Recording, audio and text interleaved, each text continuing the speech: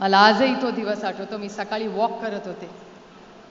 8:40-45ची ती वेळ होती आणि पार्थचा मला फोन आला. अनेक वेळा पार्थन मी फोनवर बोलतो. म्हणलं इतक्या सकाळी काय फोनवर काढलं? मला म्हणला डॅडीचं प्लेन पडलंय. म्हणलं काय पण बोलू नकोस. मला म्हणले आत्या जरा ऐका माझं, डॅडीचं प्लेन पडलंय.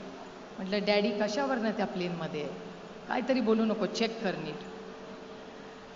एका फोनवर तो माझ्याशी बोलत होता, दुसऱ्या फोनवर मुसळे इथे आहेत, मुसळेंना माहिती होतं आणि मुसळे, किरण गुजर हे सगळे तिथे होते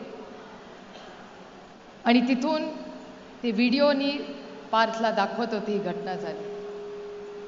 आजही असं डोळे बंद करून गेलं वाटतं की काय तो दिवस होता, काय ती परीक्षा आहे,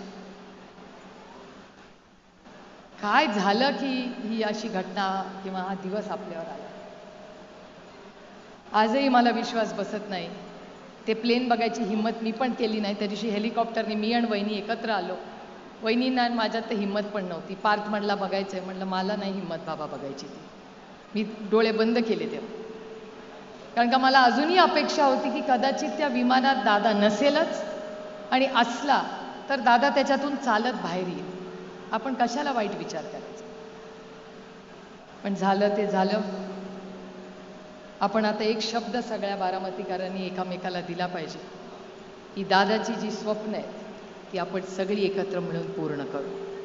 दादाची जी जी बारामतीची स्वप्न आहेत ही सगळी पूर्ण करण्यासाठी जी काही सहकार्य मदत आमच्या सगळ्यांची लागेल ती आम्ही सगळी नक्की करू आणि बारामतीची आन बान आणि शान जी 6 दशकं महाराष्ट्राच्या आणि देशाच्या राजकारणात राहिली आहे ती टिकून ठेवण्याची नैतिक जबाबदारी ही आपल्या सगळ्यांवर आहे आणि आमच्यावरही.